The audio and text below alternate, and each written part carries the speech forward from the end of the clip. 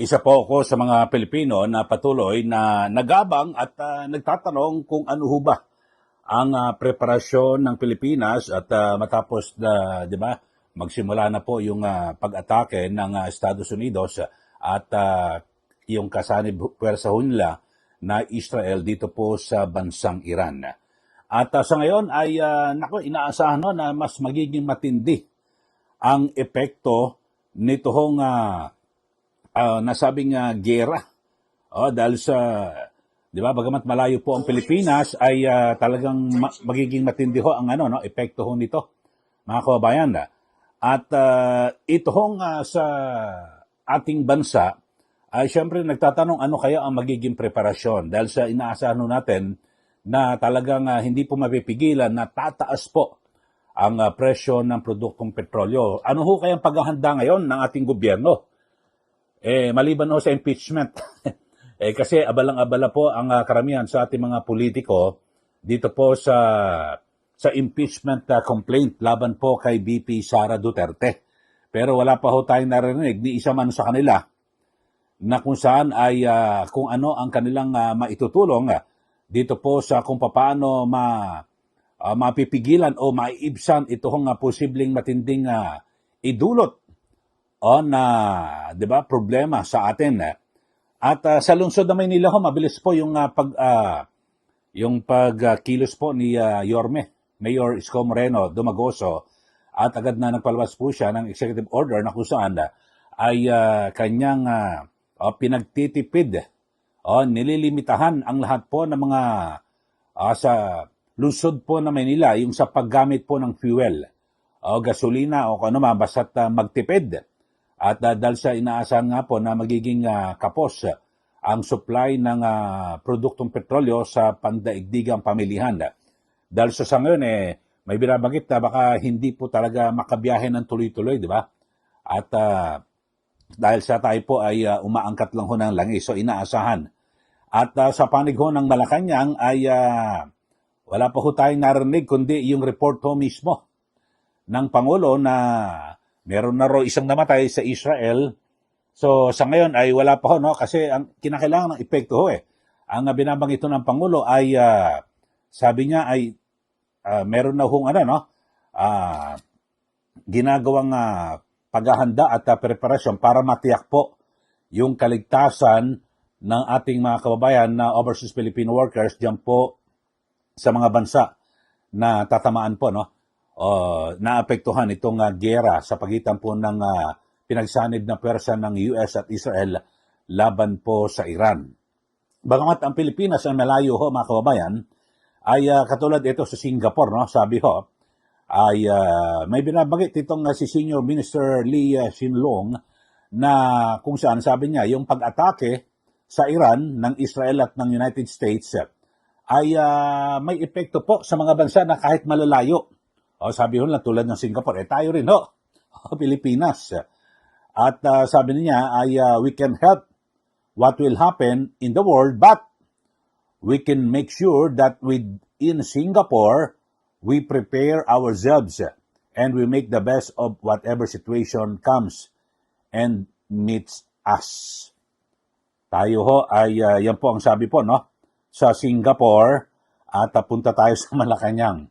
Ang sabi ho ng Pangulo, eto ho, pakinggan ho natin yung kanyang report na kung saan ay may namatay daw po na kababayan nating Pilipino sa Israel.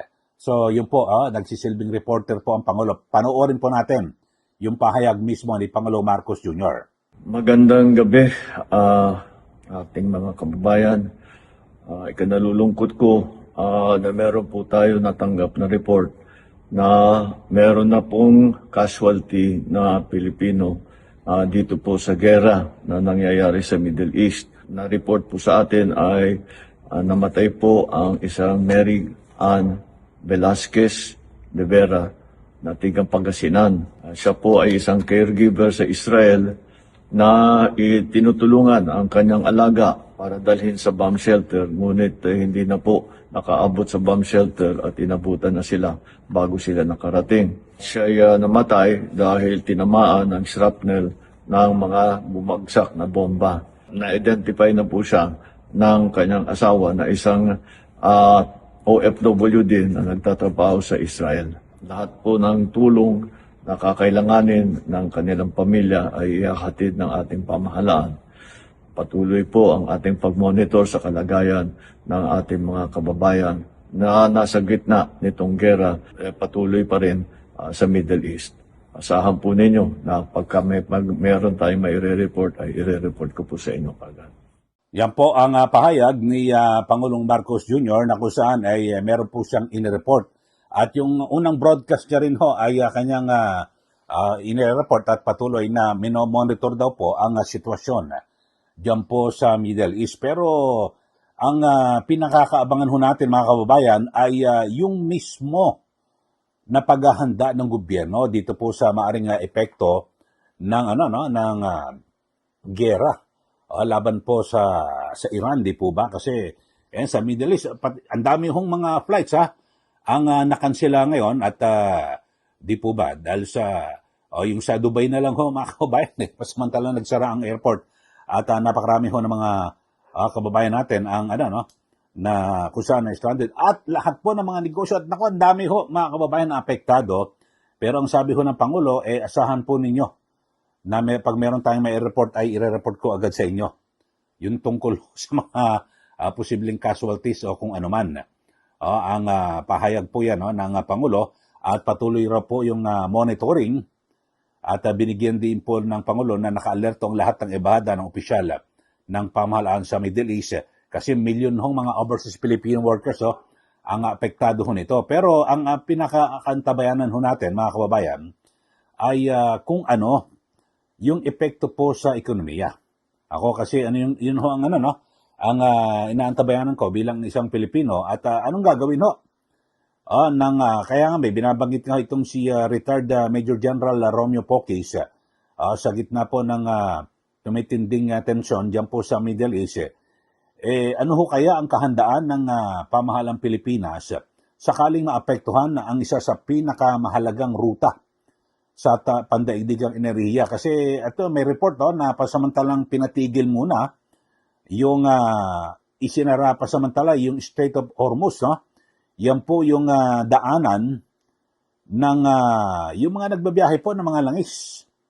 So kapag ipinatigil yan, ako Diyos ko po talagang maaring maantala yung pag-susupply ho ng langis at maaring makaapekto. So kapag, alam nyo naman kapag ang supply ay nabawasan at lumiit, at tapos malakas ang demand, tataas po ang presyo. Yan ang po, matik daw ho yan mga kababayan. So sa ngayon, yun po ang inaantabayanan natin at ngayon talagang may mga report na ho na inaasahang tataas po yung presyo ng produktong petrolyo dito po sa ating bansa. So ano ho ang dapat ho nating gawin. At siyempre mga kababayan ay patuloy tayo nag-aantabay dito po sa ating pamahalaan at siyempre mismo sa Pangulo. At ano ang gagawin ho sa epekto ho sa ekonomiya nito. Sa ngayon ho talagang ang mga politiko ho natin mga kababayan nakafocus ho sila ngayon sa impeachment laban po kay VP Sara Duterte. Pinakamena mo siguro lahat ho ng mga politiko at mga miyembro ng gabinete at iba pang mga grupo, economic team, mag-usap-usap ho. Santabi nyo muna yung politika na yan. At mag-usap-usap kung paano re-resolbahin at ano ba yung mga pwede na gawin para maibsan po yung epekto nito hong crisis dyan po sa Middle East, mga kababayan, dahil sa ginawang pag-atake at paggera ng Estados Unidos katuwang ang Israel dito po sa Iran. Kasi ngayon inaasahan ako, hindi ito agad tapos at may mga banta mismo sa Iran na yung mga hindi pa raw po inaasahan, baka may mangyari. Yun po ang matindi ho dito, mga kababayan. Paano na? At yung epekto, kasi alam nyo naman ho mga kababayan, napaka-importante. Kasi tayo nag-i-import tayo ng langis Di po ba? So lahat po ay, bawat kibot ho natin lahat po kinakailangan po ng ng produktong petrolyo yung mga sasakyan lang ho rito, mga kababayan, privado man o pang publiko eh. Tapos lahat ho, mga kababayan, gumagamit po tayo ng langis eh. O, di po ba? Kapag tumaas ho yan, maapektuhan at siyempre yung bilihin, tataas po ito, mga kababayan. So, inaabangan ho natin at kasi nakakaingit lang ho, no? Sa Singapore na isang mayamang bansa, nakapaghanda na. Sana ho dapat tayo ho, isang bilang mahirap na bansa, ay nakahanda na rin tayo, di ba? Hindi naman kinakailangang mayaman eh. Parang sa isang pamilya, na kung saan meron paparating na bagyo o kalamidad, naghahanda, di po ba? Kung ano man nakakayanin ho dyan, pero at least preparado, di po ba? So sana yun ho ang ginawa ho natin. Kaso ang ginawa ho, ang preparado ho ngayon yung sa impeachment, laban po kay VP Sara Duterte. So panawagan ho natin sa mga politiko, sa mga kongresista na ngayon ho ay mukhang isasalang na po sa pagdinig. Ito ho nga impeachment complaint laban po kay VP Sara Duterte. Sana magtapon din ho kayo ng oras ngayon kung paano masusolusyonan ito hong problema sa produktong petrolyo na inaasaang tataas. At kapag tumaas po yan, ay dugtong-dugtong na ho yan eh. Tuhog-tuhog na ho ito. Tataas din po yung presyo ng bilihin. So, ang masaklap po rito mga kababayan yung mga politiko natin, wala ho silang problema. Dami ho nilang kwarta. Paano na ho yung mga mahihirap na mga mamayan? At siyempre, makaka-apekto rin po ito sa araw-araw na aktibidad ho at gawain ng mga manggagawa. Di ba? Maaring lahat po magsitaasan, di ba? Pati serbisyo. Lahat po. So, sana ho ay sa lalong madaling panahon ay agad na magpalabas po ng direktiba at anumang mga advisory ang Pangulo para mabigyan po ng gabay yung mga Pilipino at kung paano at anong gagawin, di po ba? Dito ho sa isyong ito. Hindi po ito biro mga kababayan. Bagamat sa mga nakaraan ay nakaranas daw tayo ng mga ganitong gera sa gitnang silangan at pero nakaapekto tayo, nakaraos naman ho tayo. Pero mas maganda ho sana ay mas maaga yung preparasyon at para maibsan po no at mabawasan po yung hirap ng taong bayan. Sa ngayon dito po sa Pilipinas di ba? Ang dami ho ng mga nakawan sa pondo ho ng bayan.